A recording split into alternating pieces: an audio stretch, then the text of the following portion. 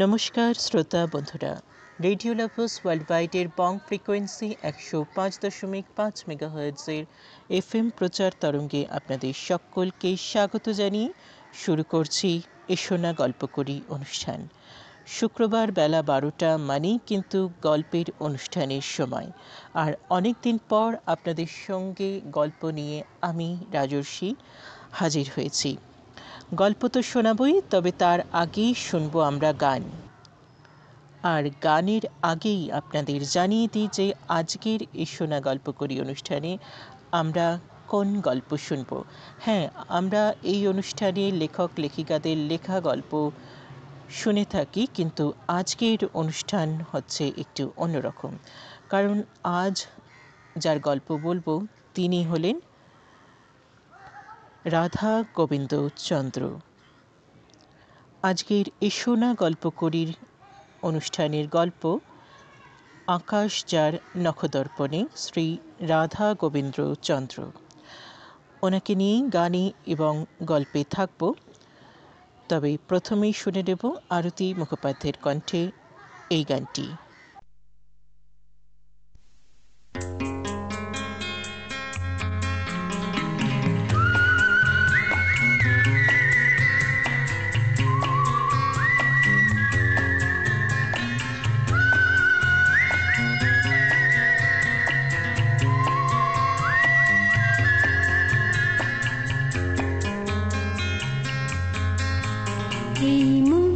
জোছনায় অঙ্গ ভিজিয়ে এসো না গল্প করি, এই মন জোছনায় অঙ্গ ভিজিয়ে এসো না গল্প করি। দেখো ওই ঝিলিমিলি চাঁদ সারা রাত আকাশে সলমাজরি, এই মন জোছনায় অঙ্গ ভিজিয়ে এসো না গল্প করি।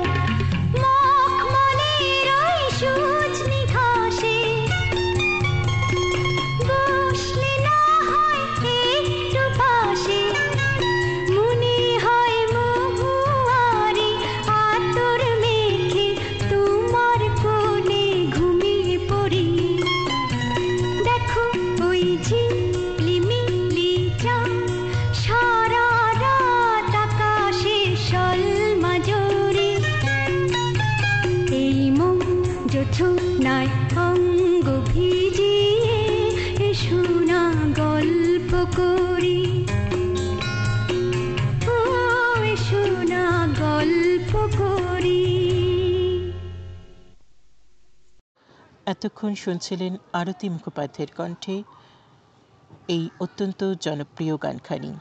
রেডিও লাভার্স ওয়ার্ল্ড ওয়াইডের বং ফ্রিকোয়েন্সি 105.5 মেগাহার্টজের FM প্রচার তরঙ্গে অনুষ্ঠান শুনছেন ও আমাদের ইউটিউব চ্যানেলের মাধ্যমেও অনুষ্ঠান শুনছেন এসো না গল্প করি। আজকের অনুষ্ঠানে যার গল্প বলছি তিনি হলেন শ্রী রাধা গোবিন্দ চন্দ্র। আকাশ যার নখদর্পণে। রাধা গোবিন্দ 1878 সালে 16 জুলাই তারিখে তৎকালীন অবিভক্ত বাংলায় যশোর, বাংলাদেশ সদর উপজেলার বকচর গ্রামে জন্মগ্রহণ করেন। তার বাবা গোরাচাঁদ স্থানীয় একজন ডাক্তারের সহকারী ছিলেন আর মা পদ্মা মুখ ছিলেন একজন গৃহিণী। বকচর পাঠশালায় অধ্যয়ন শেষে রাধা গোবিন্দ যশোর জেলা স্কুলে পড়াশোনা করেন, কিন্তু লেখাপড়ার প্রতি তার তেমন আগ্রহ ছিল না, বরং রাতের আকাশের প্রতি আকর্ষণ ছিল বেশি। পড়াশোনায় অমনোযোগের কারণে তিনবার প্রবেশিকা পরীক্ষায় অংশগ্রহণ করেও উত্তীর্ণ হতে পারেননি। 1899 সালে তার বয়স যখন মাত্র 21 বছর, তখন তার সাথে মুর্শিদাবাদের গোবিন্দ মোহিনীর বিয়ে হয়। তখন মোহিনীর বয়স ছিল মাত্র 9 বছর। বিয়ের পর রাধা গোবিন্দ শেষবারের মতো প্রবেশিকা পরীক্ষায় অংশ নেন এবং এবারেও অতিকার্য হন। বারবার এই পরীক্ষায় তিনি হেরে যাওয়ার ফলে তিনি পড়াশোনার পাঠ চুকিয়ে কর্মজীবনে প্রবেশ করেন। তার এক ছেলের নাম কালো, মেয়ের নাম বর্ষা। এবারে আসি তার জ্যোতির্বিজ্ঞানের চর্চা নিয়ে। ছোটকাল থেকেই রাধা আকাশের তারা সম্বন্ধে বিশেষ উৎসাহী ছিলেন। তিনি যখন 6ষ্ঠ শ্রেণীতে পড়তেন তখন তাদের পাঠ্য বই ছিল চারুপাঠ তৃতীয় ভাগ। এই গ্রন্থে অক্ষয় কুমার দত্ত রচিত একটি প্রবন্ধ ছিল যার নাম ব্রহ্মাণ্ড কি প্রকাণ্ড। এই প্রবন্ধ পড়ে তিনি জ্যোতির্বিজ্ঞানী হওয়ার স্বপ্ন দেখতে শুরু করেন। এ ব্যাপারে তিনি তার আত্মজীবনীমূলক পাণ্ডুলিপিতে লিখেছেন, অক্ষয় কুমার দত্তের চারুপাঠ তৃতীয় ভাগ পড়িয়া নক্ষত্রবিদ হইবার জন্য আর কাহারও বাসনা ফলবর্তী হইয়াছিল কিনা জানা নেই, আমার হইয়াছিল। সেই উদ্দাম ও উচ্ছৃঙ্খল বাসনার গতিরোধ করিতে আমি চেষ্টা করি নাই। 10 বছর বয়সে যশোর জেলা স্কুলে ভর্তি হওয়ার পর ইংরেজি শিক্ষার পাশাপাশি তিনি তারা দেখা শুরু করেন। তারা দেখাই হয়ে ওঠে রাধা গোবিন্দ চন্দ্রের নেশা। বকচরের একতলা বাড়ির ছাদ থেকে প্রতিদিন সন্ধ্যায় তিনি আকাশ দেখতেন, কিন্তু কোনো উপযুক্ত জ্যোতির্বৈজ্ঞানিক শিক্ষা না থাকায় প্রথম দিকে তাকে বেশ সমস্যার সম্মুখীন হতে হয়। 14 বছর বয়সে তিনি আকাশের তারা চেনার ব্যাপারে সিদ্ধ হয়ে ওঠেন। এই সময় যশোর শহরের উকিল কালীনাথ মুখোপাধ্যায় তাকে সহায়তা করেন। এবারে তার কর্মজীবনের কথায় আসি। পড়াশোনা শেষ করার পর প্রথম 2 বছর তাকে বেকার জীবনে কাটাতে হয়। এরপর যশোর কালেক্টরেট অফিসের খাজাঞ্চির চাকরি পান তিনি। একসময় তার মাসিক বেতন ছিল মাত্র 15 টাকা। এ থেকে পরে তিনি ট্রেজারি ক্লার্ক ও কোষাধ্যক্ষের পদে প্রমোশন পান। অবসর নেওয়ার সময় তিনি তার মাসিক বেতন ছিল 175 টাকা। আরও কথায় আসছি, তবে এখন শুনব অনুষ্ঠানের পরবর্তী গান। এখন শুনবেন গীতা দত্তের কণ্ঠে কবে কোন তারা জ্বলা রাতের ছায়ায় এই গানটি।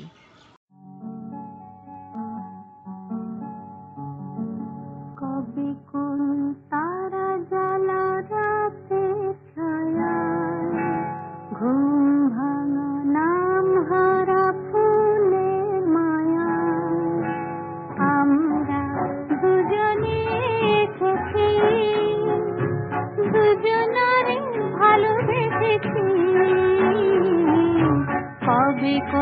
তারা জ্বলা রাতে ছায়ায়, ঘুম ভাঙা নাম হারা ফুলের মায়ায় আমরা দুজনে এসেছি, দুজনারে ভালোবেসেছি। কবে কোন তারা জ্বলা রাতের ছায়া,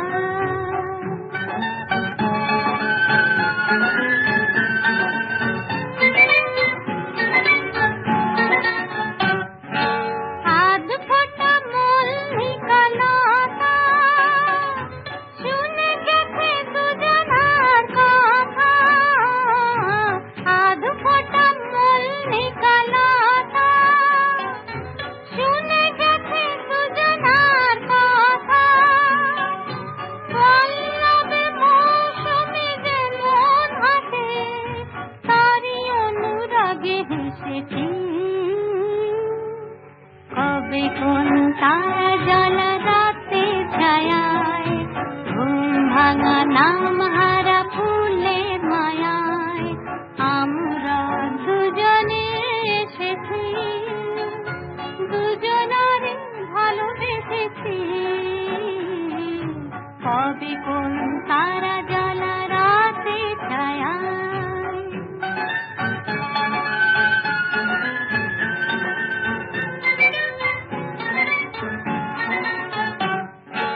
পাখিরা যেমন করে পালক ঝরায়, দিনগুলি তারই মতো ঝরেছে হাওয়ায়। পাখিরা যেমন করে পালক ঝরায়, ফুল ভাঙা সাগরের গানে অজানারে ছুঁয়ে গেছি প্রাণে। ফুল ভাঙা সাগরের গানে অজানারে ছুঁয়ে গেছি প্রাণে। পাল তোলা ঢেউ তোলা নদীর মতো তারি কলতানে ভেসেছি। কবে কোন তারা জ্বলা রাতে ছায়ায়, ঘুম ভাঙা নাম হারা ফুলের মায়ায় আমরা দুজনে এসেছি, দুজনারে ভালোবেসেছি। কবে কোন তারা জ্বলা রাতে ছায়া। এতক্ষণ গীতা দত্তের কণ্ঠে গান শুনলেন। আবারও চলে আসি কথায়। আজকের এসোনা গল্প করি অনুষ্ঠানে শুনছেন আকাশ যার নখদর্পণে শ্রী রাধা গোবিন্দ চন্দ্র। শ্রী রাধা গোবিন্দ চন্দ্র মারা যাওয়ার পর তার একটি বই প্রকাশ হয়। সেই বইটি প্রকাশ করেছিলেন রণতোষ চক্রবর্তী বঙ্গীয় বিজ্ঞান পরিষদ থেকে। সেই বই থেকে আমরা তার সম্পর্কে অনেক কিছু জানতে পারি এবং যিনি এই বইটি লিখেছেন, সম্পাদনা করেছেন রণতোষ চক্রবর্তী, তিনিও কিন্তু রাধা গোবিন্দ চন্দ্র সম্পর্কে অনেক কিছু আমাদের জানিয়েছে এবং তার জীবনের অনেক ঘটনা সেই বই থেকেও কিন্তু আমরা জানতে পেরেছি। আরও বিভিন্ন মাধ্যম থেকে যা যা জানতে পেরেছি সেগুলোই কিন্তু আজকে তুলে ধরব। অত্যন্ত স্পষ্ট হস্তাক্ষরে লেখক পরিচিতি, গ্রন্থাকারের নিবেদন, বিষয়সূচি, চিত্রসূচি, সেই সঙ্গে ভূমিকা সম্পর্কে কোন প্রসিদ্ধ ব্যক্তির কৃতিত্বে লইতে হইবে, কোন লেখা পড়িতে হইবে, এইভাবে কয়েক পাতার পর মূল পাণ্ডুলিপি তারা চিনিবার সহজ উপায়। এই পাণ্ডুলিপিটি লিখেছিলেন শ্রী রাধা গোবিন্দ চন্দ্র, কিন্তু তিনি বেঁচে থাকতে এই পাণ্ডুলিপি প্রকাশ করেননি, এই বইটি প্রকাশিত হয়নি। তিনি মারা যাওয়ার অনেক পরে এই বইটি প্রকাশিত হয়েছে।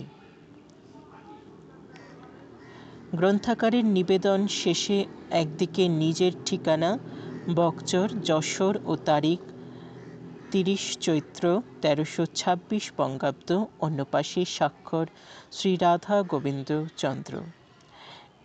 একই আদলে সব পাতায় লেখা, পাতার সব দিকে সমান মার্জিন এবং কোথাও ভিন্ন হাতের লেখা নেই, শুধুমাত্র কিছু কিছু পাতায় সবটাই বা আংশিক কেটে দিয়ে বাতিলের চিহ্ন। এছাড়া পাণ্ডুলিপির মাঝে রয়েছে বেশ কয়েকটি অস্পষ্ট ফটোগ্রাফ ও হাতে আঁকা চিত্র। পাণ্ডুলিপিখানি সম্পূর্ণ তৈরি ছিল মুদ্রণের জন্য, মুদ্রণের অপেক্ষায় ছিল, কিন্তু লেখকের সেই অভিলাষ তার জীবদ্দশায় পূর্ণ হতে পারেনি। পাণ্ডুলিপির লেখক আজকের দিনে প্রায় অজ্ঞাত, নাম রাধা গোবিন্দ চন্দ্র, অথচ আধুনিক জ্যোতির্বিজ্ঞান চর্চায় তিনি ছিলেন এদেশের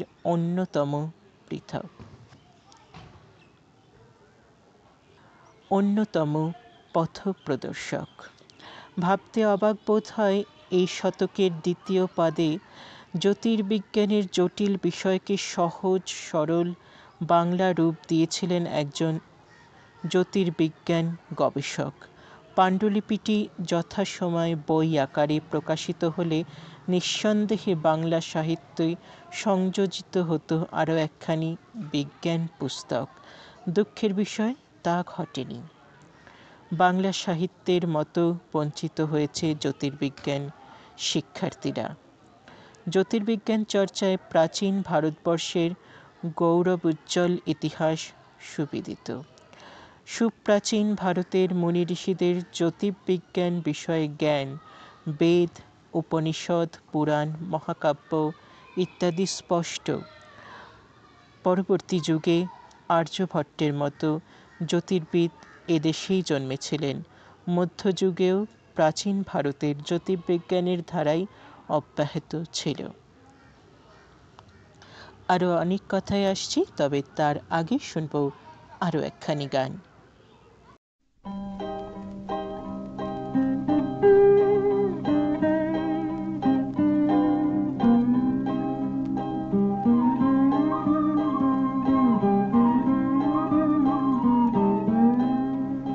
আধরাতে যদি ঘুম ভেঙে যায়, মনে পড়ে মোরে প্রিয়, চাঁদ হয়ে রব আকাশের গায়, বাতায়ন খুলে দিও। আধরাতে যদি ঘুম ভেঙে যায়, মনে পড়ে মোরে প্রিয়,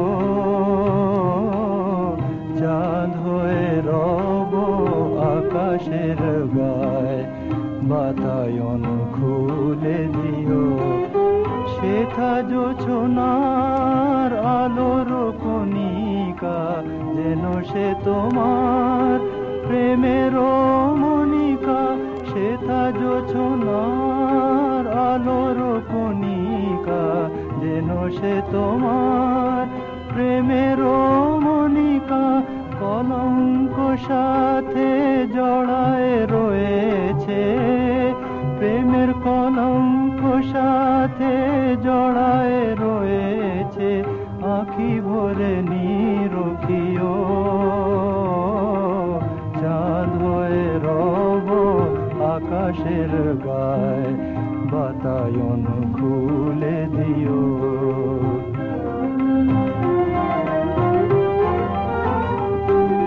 ভুলি নাই প্রিয়, ভুলি নাই, খুলি নাই রাঙা রাখি, মুছি নাই প্রেম চন্দন লেখা, দিয়েছ যা ললাটে আঁকি। ভুলি নাই প্রিয়, ভুলি নাই, চৈত্র দিনের অলস বেলায় যদি গান খানি মোর মনে পড়ে হয়। চৈত্র দিনের অলস বেলায় যদি গান খানি মনে পড়ে হয়। ঝরানো পাতার মর্মর গানে, ঝরানো পাতার মর্মর গানে, সেই সুরগীতি শুনিও। চাঁদ হয়ে রব আকাশের গায়, বাতায়ন খুলে দিও, আধরাতে যদি ঘুম ভেঙে যায়। গানের পর ফিরে এলাম অনুষ্ঠানে। রেডিও লাভার্স ওয়ার্ল্ড ওয়াইড বং ফ্রিকোয়েন্সি 105.5 মেগাহার্টজের FM প্রচার তরঙ্গে ও আমাদের ইউটিউব চ্যানেলে শুনছেন এসো না গল্প করি অনুষ্ঠান। আজ শুনছেন আকাশ যার নখদর্পণে, শ্রী রাধা গোবিন্দ চন্দ্র। আবারও কথায় চলে আসি। অষ্টাদশ শতক ইস্ট ইন্ডিয়া কোম্পানির রাজত্ব শুরু হতে পাশ্চাত্য জ্ঞান বিজ্ঞানের ঢেউ এদেশে বইতে থাকল। বস্তুত 1784 খ্রিস্টাব্দে কলকাতায় এশিয়াটিক সোসাইটির প্রতিষ্ঠিতা এদেশীয়দের কাছে পাশ্চাত্য জ্ঞান বিজ্ঞান ও যুক্তিবাদী চিন্তাধারার ক্ষেত্রে নবচেতনার উন্মেষ ঘটিয়েছিল। পরবর্তী কয়েক বছরের মধ্যে 1817 খ্রিস্টাব্দে হিন্দু কলেজ প্রতিষ্ঠিতা ও একই সময় স্কুল বুক সোসাইটি গঠনে নানা বিষয়ে পাঠ্যপুস্তক প্রকাশনা শুরু হতে থাকে। বলতে বাধা নেই, বাংলা ভাষার বিজ্ঞান বিষয়ে বই লেখার ব্যাপারে ইউরোপীয়রাই এই দেশে প্রথম উদ্যোগ নিয়েছিলেন। জ্যোতির্বিজ্ঞান বিষয়েও এর ব্যতিক্রম ঘটেনি।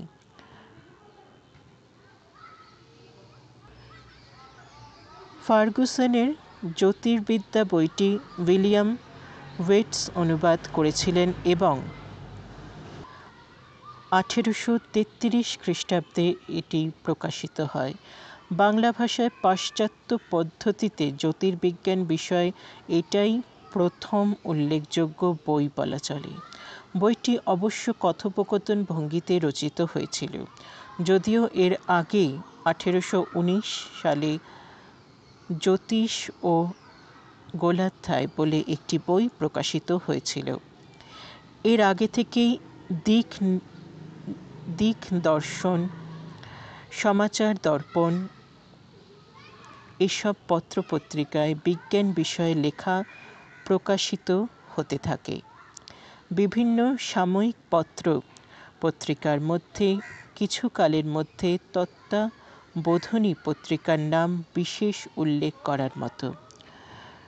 সম্পাদক অক্ষয় কুমার দত্ত বিজ্ঞানকে সহজ সরল ভাষায় তার বর্ণনা এদেশে বিজ্ঞান সাহিত্য ও বিজ্ঞান চর্চার যথেষ্ট প্রভাব বিস্তার করেছিল। গত শতকের শেষার্ধে আরও নানা বিজ্ঞান লেখকদের মধ্যে বঙ্কিমচন্দ্র, রামেন্দ্র সুন্দর প্রমুখের নামও উল্লেখযোগ্য। এই সময় আরও একজন বিজ্ঞান বিষয়ে শক্তিশালী লেখনী নিয়ে বাংলা সাহিত্যে অবতীর্ণ হয়েছিলেন। তিনি ছিলেন রবীন্দ্র স্নেহাধন্য শান্তিনিকেতনের শিক্ষক জগদানন্দ রায়। আরও অনেক কথায় আসছি, তবে তার আগে শুনব আরও একখানি গান।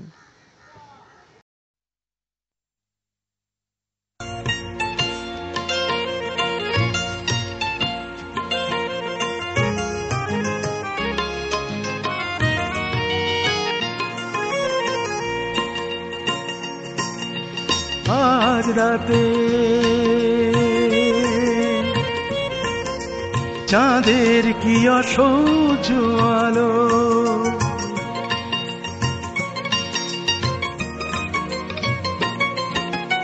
আজ রাতে চাঁদের কি অসহ্য আলো, আজ রাতে চাঁদের কি অসহ্য আলো।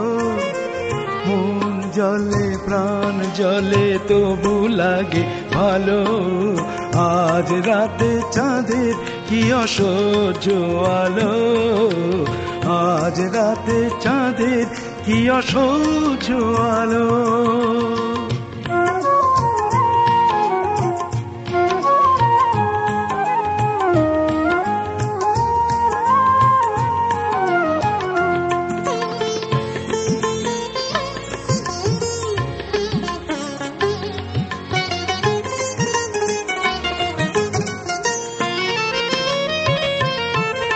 জীবনে কখনো চাঁদ পাতেনি এমন ফাঁদ, এত সাবধানে যাই তবু ধরা পড়ে যায়।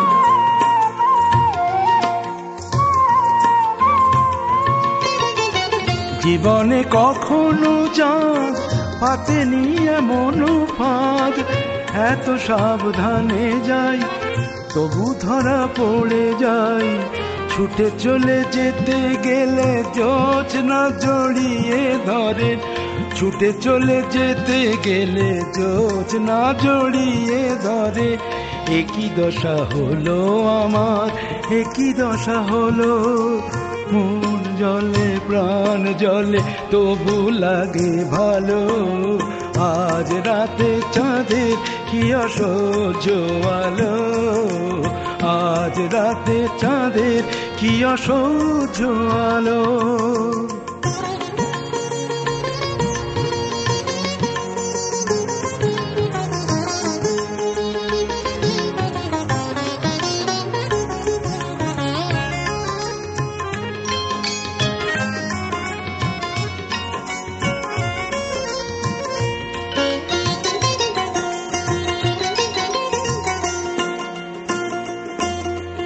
আলোর ধাঁধায় কাই আধার যে দেখে যাই, পথ নেই পালাবার, আজ কি হবে আমার।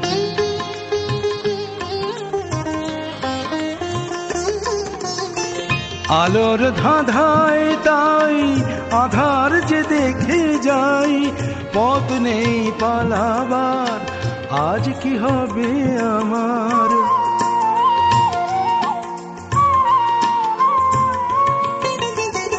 আলোর ধাঁধায় তাই আধার যে দেখে যাই, পথ নেই পালাবার, আজ কি হবে আমার। এখন কি করি আমি কারো যদি জানা থাকে, এখন কি করি আমি কারো যদি জানা থাকে। দয়া করে বলো আমায়, দয়া করে বলো। মন জলে প্রাণ জলে তবু লাগে ভালো। আজ রাতে চাঁদের কি অসহ্য আলো, আজ রাতে চাঁদের কি অসহ্য আলো।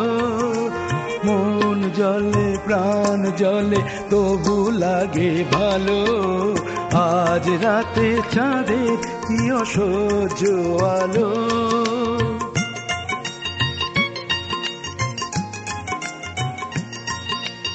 আজ রাতে চাঁদের কি অসহ্য আলো।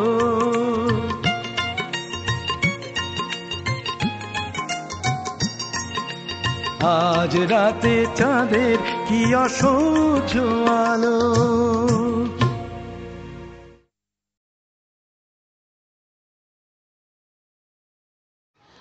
গানের পর ফিরে এলাম আবারও অনুষ্ঠান শুনছেন রেডিও লাভার্স ওয়ার্ল্ড ওয়াইডের বং ফ্রিকোয়েন্সি 105.5 মেগাহার্টজের এফএম প্রচার তরঙ্গে ও আমাদের ইউটিউব চ্যানেলের মাধ্যমে। শুনছেন এসো না গল্প করি অনুষ্ঠান। আর আজকের অনুষ্ঠানে শুনছেন তারা যার নখদর্পণে শ্রী রাধা গোবিন্দ চন্দ্র। আবারও কথায় চলে আসি। এ শতকের শুরুর দিক থেকে বিজ্ঞান বিষয়ের জনপ্রিয় লেখা মানেই জগদানন্দ, যদিও সর্বভারতীয় ও আন্তর্জাতিক খ্যাতিসম্পন্ন বিজ্ঞানী গবেষক স্যার জগদীশচন্দ্র বসু ও প্রফুল্লচন্দ্র রায়ের মতো ব্যক্তিত্বরাও একসময় বিজ্ঞানকে সাহিত্যের খাতে প্রবাহিত করতে এগিয়ে এসেছেন। আধুনিক বিজ্ঞান চর্চার এমনকি বার্তাবরণে রাধা গোবিন্দ চন্দ্র এই পাণ্ডুলিপিটি লিখেছিলেন। রাধা গোবিন্দের জীবন চর্চায় দেখা যাবে বর্তমান বাংলাদেশের যশোরের অখ্যাত পল্লী বকচরে সুবর্ণ বণিক বংশে রাধা গোবিন্দের জন্ম। স্কুলের প্রথাগত পড়াশোনায় তেমন কোনো উজ্জ্বল সম্ভাবনার ইঙ্গিত তিনি দিতে পেরেছিলেন বলে জানা নেই, বরং পরপর 3 বার তখনকার এন্ট্রান্স পরীক্ষায় বসেও তিনি কৃতকার্য হতে পারেননি। সহজেই প্রশ্ন জাগে জ্যোতির্বিজ্ঞান বিষয়ে তার উৎসাহ কেমন করে এলো? সে যুগে মা বাবা বা ঠাকুমা দিদিমার হাত ধরে আকাশের চাঁদকে চাঁদ মামা, সপ্তর্ষি বা সাত ভাই চম্পা এসব দেখার সৌভাগ্য প্রায় সবারই ঘটত। সুতরাং তার বেলায় এটি সব ছিল না। এই প্রশ্নের অবসান করেছেন তিনি নিজেই। তিনি স্মৃতিচারণমূলক একটি লেখায় লিখে গিয়েছেন, অক্ষয় কুমার দত্তের চারুপাঠ তৃতীয় ভাগ পড়িয়া নক্ষত্রবিদ হইবার জন্য আর কাহারও বাসনা ফলবতী হইয়াছিল কিনা জানি না, আমার হইয়াছিল। সেই উদ্দাম ও উশৃঙ্খল বাসনার গতিরোধ করিতে আমি চেষ্টা করি নাই। আসলে চারুপাঠের ব্রহ্মাণ্ড কি প্রকাণ্ড লেখাটি পড়ে বালক রাধা গোবিন্দের মনে আকাশ চর্চায় কৌতূহল জেগেছিল। আকাশ কিন্তু বরাবরই ভীষণ কৌতূহলী, ভীষণ মিস্টিরিয়াস। রাতের আকাশের দিকে তাকিয়ে থাকলে আমরাও কেমন জানি একটা ধাঁধার মধ্যে পড়ে যাই। কত কি রয়েছে ওই রাতের আকাশের মধ্যে। অখ্যাত এক গ্রামে বসবাস করে বালক বয়স থেকেই রাধা গোবিন্দ সখ্য স্থাপন করতে চেয়েছিলেন হাজার হাজার আলোকবর্ষ দূরের তারাদের সঙ্গে। এ ব্যাপারে আংশিক সফলও হয়েছিলেন তিনি। আরও অনেক কথায় আসছি, তবে তার আগে শুনবো আরও একখানি গান।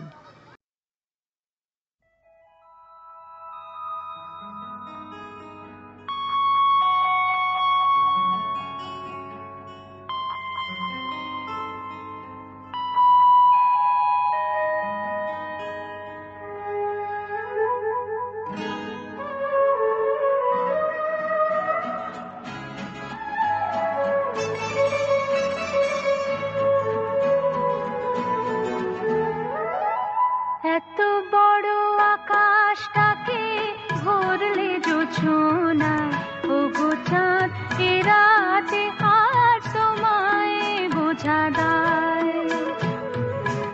এত বড় আকাশটাকে ভরলে জোছনায়, ওগো চাঁদ এ রাতে আর তোমায় বোঝা দায়।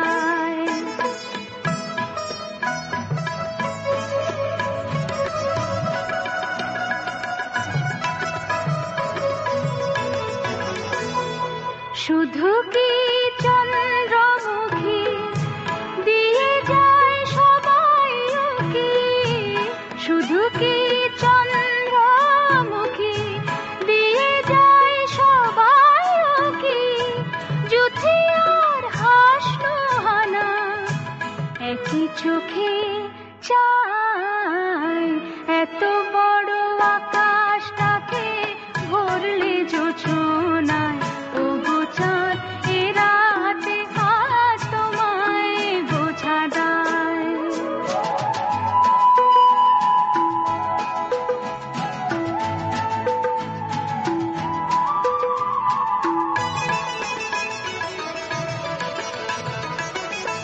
কে তোমার আলোর কণা সব আগে মাখবে গায়ে, নদীর ওই ঢেউগুলোটাই পড়েছে তীরের পায়ে। কে তোমার আলোর কণা সব আগে মাখবে গায়ে, নদীর ওই ঢেউগুলোটাই পড়েছে তীরের পায়ে। আমারও বুকের মাঝে কি যে হয় বুঝি না যে, আমারও বুকের মাঝে কি যে হয় বুঝি না যে, কি যেন হঠাৎ সুখে সবই ভেসে যায়। এত বড় আকাশটাকে ভরলে জোছনায়, ওগো চাঁদ এ রাতে আর তোমায় বোঝা দায়। এত বড় আকাশটাকে ভরলে জোছনায়, ওগো চাঁদ এ রাতে আর ছাদায়। গানের পর ফিরে এলাম অনুষ্ঠানে। রেডিও লাভার্স ওয়ার্ল্ড ওয়াইড বং ফ্রিকোয়েন্সিতে অনুষ্ঠান শুনছেন এশোনা গল্প করি, যেখানে আজ শুনছেন আকাশ যার নখদর্পণে শ্রী রাধা গোবিন্দ চন্দ্র। আবারও কথায় চলে আসি, গল্পে চলে আসি। একসময় ভারতের বিভিন্ন দিকের যে কয়েকজন জ্যোতির্বিজ্ঞান বিষয়ে চিন্তাভাবনা করতেন তাদের মধ্যে বাল গঙ্গাধর তিলক, শঙ্কর, বালকৃষ্ণ দীক্ষিত, চন্দ্রশেখর সিংহ সামন্ত, যোগেশ চন্দ্র রায়, বিদ্যানিধি, কালীনাথ মুখোপাধ্যায় প্রমুখ ব্যক্তির নাম সহজেই করা যায়। রাধা গোবিন্দ হাতের কাছে পেয়েছিলেন কালীনাথ মুখোপাধ্যায়কে, কেননা কালীনাথ ছিলেন যশোরের উকিল। পেশায় ওকালতি হলেও তার নেশা ছিল আকাশ চর্চা, এবং এই নেশাটি তিনি পেয়েছিলেন কৃষ্ণনগরে অবস্থানকালে। কালীনাথ ছাত্র অবস্থায় কৃষ্ণনগরের জজ সাহেব M.J. হর্সলের কাছ থেকে আকাশ দেখার নেশাটি পেয়েছিলেন।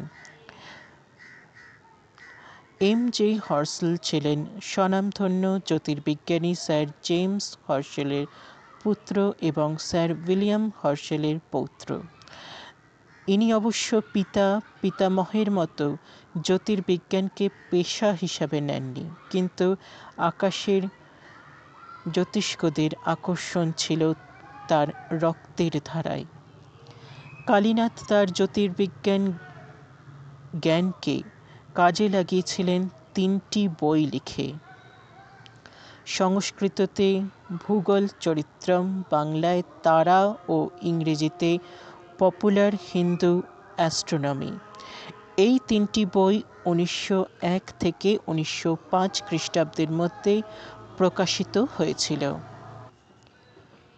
উকিল কালীনাথ তার সাধ্যমতো রাধা গোবিন্দকে সাহায্য করেছিলেন, কিন্তু তাতে আকাশ চর্চায় রাধা গোবিন্দের স্বাদ মেটেনি। তিনি ছিলেন সুদূরের পিয়াসী, জানতে চান আরও, আর সুযোগও এসে গেল। কি হলো সেটাই বলবো, তবে তার আগেই শুনবো আরও একখানি গান।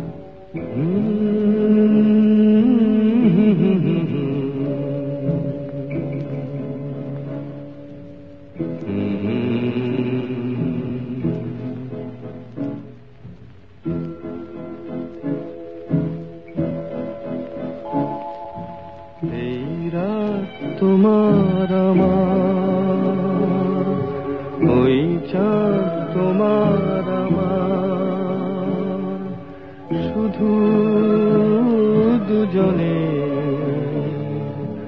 এই রাত শুধু যে গানে, এই ক্ষণ এ দুটি প্রাণে বহু পূজনে, এই রাত তোমার আমার।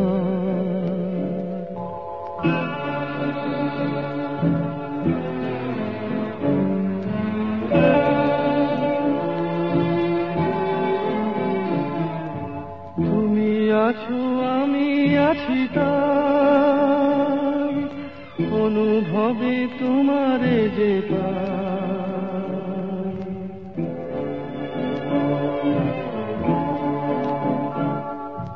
তুমি আছো আমি আছি তাই,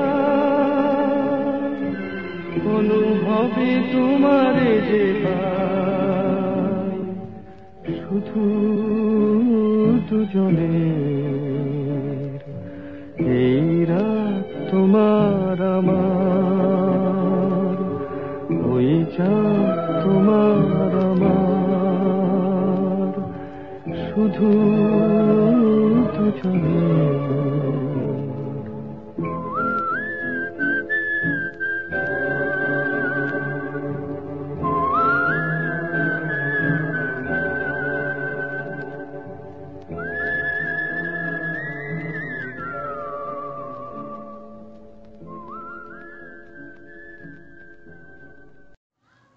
গানের পর ফিরে এলাম আবারও অনুষ্ঠান শুনছেন রেডিও লাভার্স ওয়ার্ল্ড ওয়াইড বং ফ্রিকোয়েন্সি 105.5 মেগাহার্টজের এফএম প্রচার তরঙ্গে ও আমাদের ইউটিউব চ্যানেলের মাধ্যমে।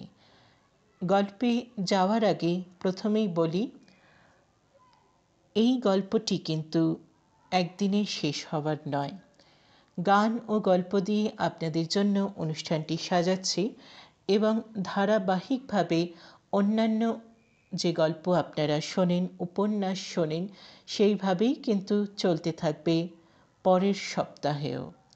অনুষ্ঠানের মাঝখানেই আপনাদের জানিয়ে দিলাম এই গল্পের কিন্তু আরও পাঠ থাকবে, যেগুলো আগামী সপ্তাহে শুক্রবার দিন বেলা 12টায় শুনতে পাবেন।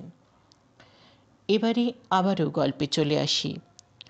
কিভাবে তার সুযোগ এসেছিল সেটাই বলবো এখন। শুনছেন এ শোনা গল্প করি অনুষ্ঠান, যেখানে আজ শোনাচ্ছি আকাশ যার নখদর্পণে, শ্রী রাধা গোবিন্দ চন্দ্র। 1910 খ্রিস্টাব্দে প্রবাসী পত্রিকায় জগদানন্দ রায়ের একটি প্রবন্ধ পড়ে রাধা গোবিন্দ হ্যালির ধূমকেতু বিষয়ে খুঁটিনাটি জানতে চেয়ে চিঠি লিখেছিলেন জগদানন্দকে। জগদানন্দের সঙ্গে রাধা গোবিন্দের এই যোগাযোগের ফল হয়েছিল সুদূর প্রসারী। জ্ঞান পরোপকারী ঋষিতুল্য জগদানন্দ দীর্ঘ চিঠিতে রাধা গোবিন্দকে নানা তথ্য জানাতে কার্পণ্য করেননি। সেই সঙ্গে তাকে একটি দূরবীন কেনার পরামর্শ দিয়েছিলেন। দূরবীন সংগ্রহের বিষয়ে রাধা গোবিন্দের সাধ থাকলেও সাধ্য ছিল না। যশোর কালেক্টরেট অফিসের মাত্র 15 টাকা মাইনের সামান্য কেরানির চাকরি, অন্যদিকে নিজের সংসার। এ কারণে দূরবীনের জন্য তাকে আরও প্রায় 2 বছর অপেক্ষা করতে হয়েছিল। 1912 খ্রিস্টাব্দে তিনি জগদানন্দ রায়ের পরামর্শ মতো ইংল্যান্ড থেকে ইঞ্চি মাপের প্রতিসারক দূরবীন কেনেন। এই সামান্য দূরবীন দিয়েই 1918 খ্রিস্টাব্দে জুন মাসে রাধা গোবিন্দ রাতের আকাশে একটি অসাধারণ তারা লক্ষ্য করেন। জ্যোতির্বিজ্ঞানের পরিভাষায় এটি ছিল নোভা। হঠাৎ করে কোনো তারার বহির্গোত্রে বিস্ফোরণ ঘটলে তারাটি ঔজ্জ্বল্য বেড়ে যায়। সহজ কথায় একে নোভা বলা হয়, নতুন নক্ষত্র বা নবতারা। পরে আবার ধীরে ধীরে আগেকার বা এর কাছাকাছি ঔজ্জ্বল্যে ফিরে যায়। এমনি একটি নোভাকে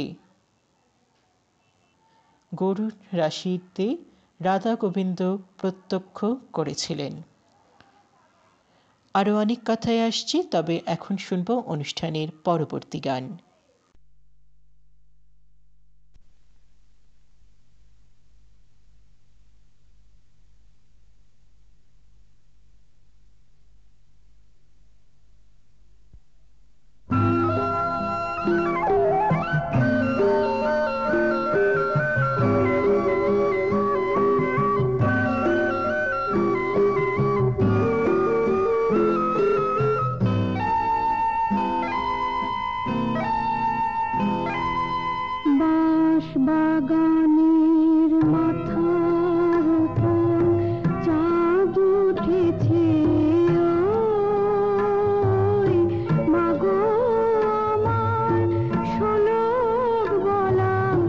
কার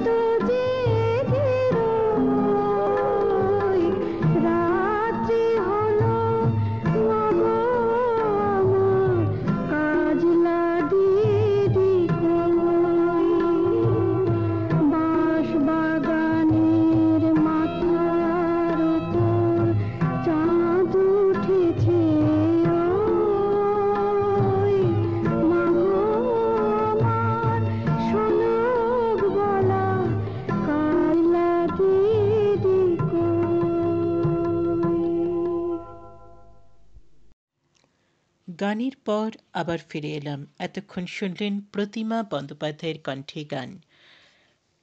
আবারও কথায় চলে আসি। রাধা গোবিন্দ তার প্রত্যক্ষর বিষয়টি শান্তিনিকেতনের জগদানন্দকে প্রথম জানিয়েছিলেন। তিনি সঙ্গে সঙ্গে এটির গুরুত্ব বুঝতে পেরেছিলেন। তার নির্দেশ মতো রাধা গোবিন্দ আমেরিকার হার্ভার্ড অবজারভেটরিতে জানালেন। তখন ওখানকার ডাইরেক্টর ছিলেন এডওয়ার্ড চার্লস পিকারিং।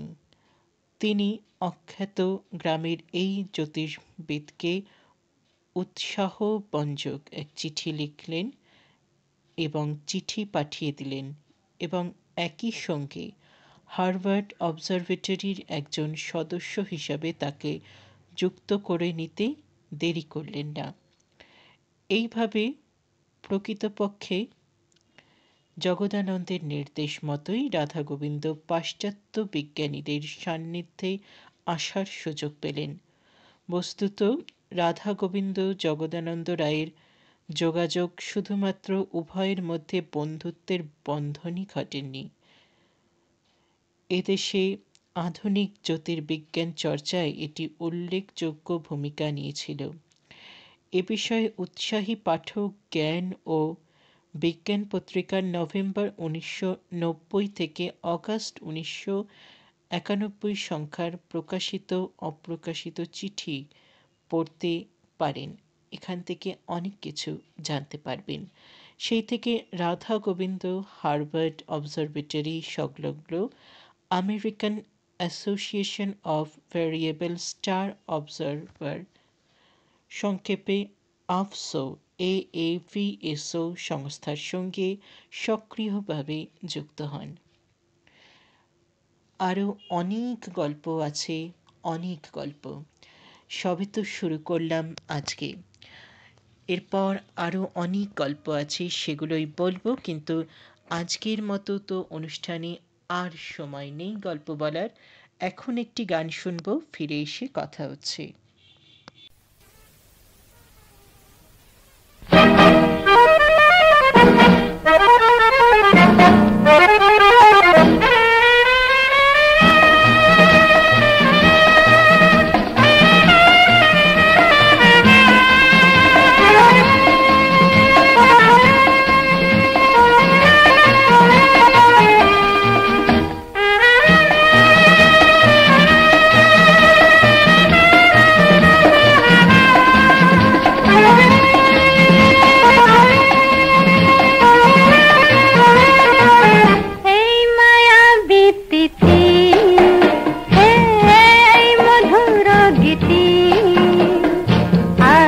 পাবো কোনদিন বলো না ও গো একটি রাতের অতিথি, এই মায়াবী তিথি, এই মধুর গীতি, আর কি পাবো কোনদিন বলো না ও গো একটি রাতের অতিথি, এই মায়াবী তিথি।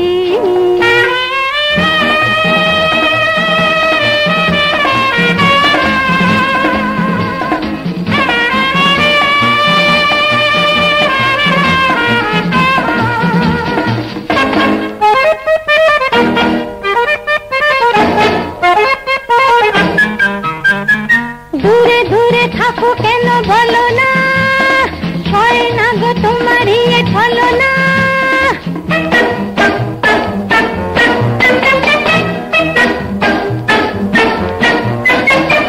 দূরে দূরে থাকো কেন বলো না, হয় না গো তোমারই ছলো না, বুঝি না এ কি রীতি, এই মায়াবী তিথি,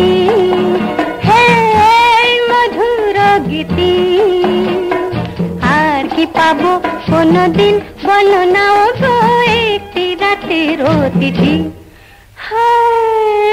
এই মায়াবী তিথি।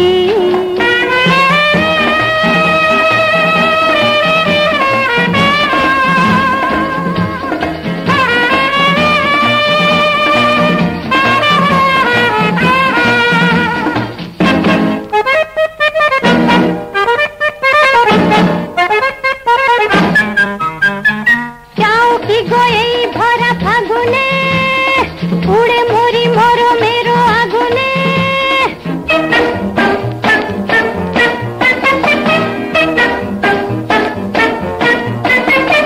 চাও কি গো এই ভরা ফাগুনে, পুড়ে মরি মরমের আগুনে, কারে দেব এ প্রীতি, এই মায়া বিতিথি, হে মধুর গীতি। আর কি পাবো কোনদিন বলো না ও গো একটি রাতের অতিথি, হে মায়া বিতিথি। এতক্ষণ অত্যন্ত জনপ্রিয় একটি গান শুনলেন। রেডিও লাভার্স ওয়ার্ল্ড ওয়াইডের বং ফ্রিকোয়েন্সি 105.5 মেগাহার্টজের এফএম প্রচার তরঙ্গে শুনছেন এসো না গল্প করি অনুষ্ঠান। আজকের অনুষ্ঠানে শুনছেন আকাশ যার নখদর্পণে শ্রী রাধা গোবিন্দ চন্দ্র। শুনলেন আজ প্রথম পর্ব। কেমন লাগলো অনুষ্ঠান লিখে জানাতে ভুলবেন না। কিভাবে লিখবেন? মেইল করতে পারেন। আমাদের দুটো ইমেল আইডি রয়েছে, radiocalcutta@gmail.com ও গানের postbox@gmail.com। মেইল আইডি দুটো কিন্তু স্ক্রিনে, ডেসক্রিপশন বক্সে এবং চ্যানেলের অ্যাবাউট সেকশন ও সর্বত্রই দেখতে পাচ্ছেন। এছাড়াও এখন থেকে যেটা করবেন, আমাদের রেডিও লাভার্স ওয়ার্ল্ড ওয়াইডের ওয়েবসাইটে যান, সেখানে গিয়ে মেনু অপশানে ক্লিক করুন। মেনুতে ক্লিক করার পরে কন্ট্যাক্টে গিয়ে ক্লিক করুন আবারও, আর সেখানে ফর্ম আছে, ফিল আপ করে আপনি জানাতে পারেন অনুষ্ঠান কেমন লাগছে। সেখান থেকে অটোমেটিক্যালি সরাসরি জানাতে পারেন অনুষ্ঠান কেমন লাগছে। আজকের মতো, এই সপ্তাহের মতো এসো না গল্প করি অনুষ্ঠান থেকে আমি রাজর্ষি বিদায় নিচ্ছি। কথা হবে আগামী শুক্রবার ঠিক বেলা 12টায়।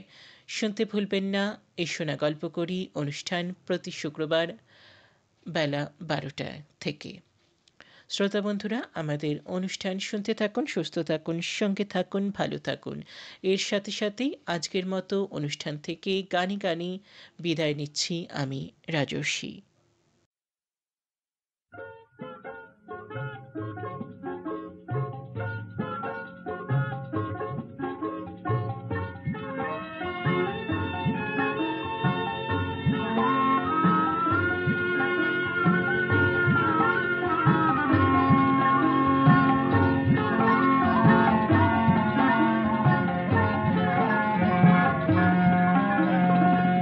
ঘুমালো রাতে চাঁদ মেঘের শয়নে, তুমিও ঘুমাও শুধু, আমি একা জেগে রই, আমি একা জেগে রই।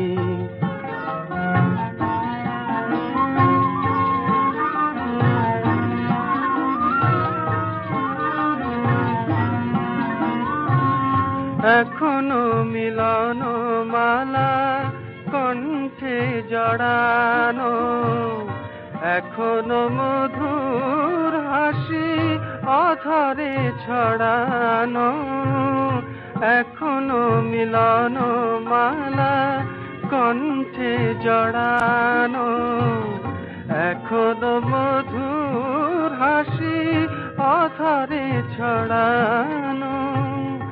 অনুরাগে দেখে হিয়া আবেশে বিভোর হই, তুমিও ঘুমাও শুধু, আমি একা জেগে রই, আমি একা জেগে রই।